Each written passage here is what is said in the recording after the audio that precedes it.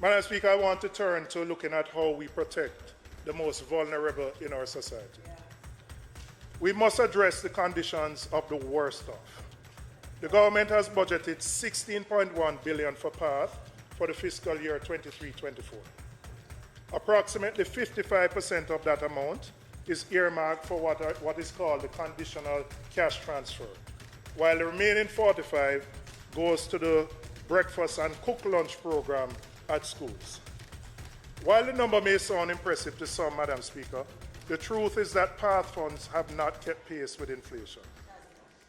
If we achieve the 5% inflation target that BOJ has for the next fiscal year, $1.40 that would have been spent in this year would be able to buy what $1 could afford in 2017-28. So $1.40 today would only be able to buy $1 5 to 6 years ago. So it means, Madam Speaker, that the budgeted amounts for PATH are really woefully inadequate. So let's look at the conditional cash transfer.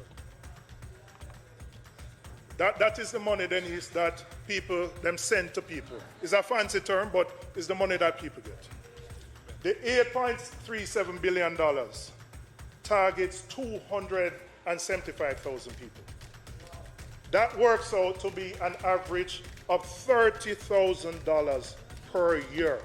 $30,000 per year to what it constitutes per week, you get $580 per week. $580 per week. That constitutes the conditional cash transfer. Now remember, I said before, you need about $600 a day per person to have a low-cost meal. $600 a day. What PATH provides on average per week can pay for 1 day and 1 meal.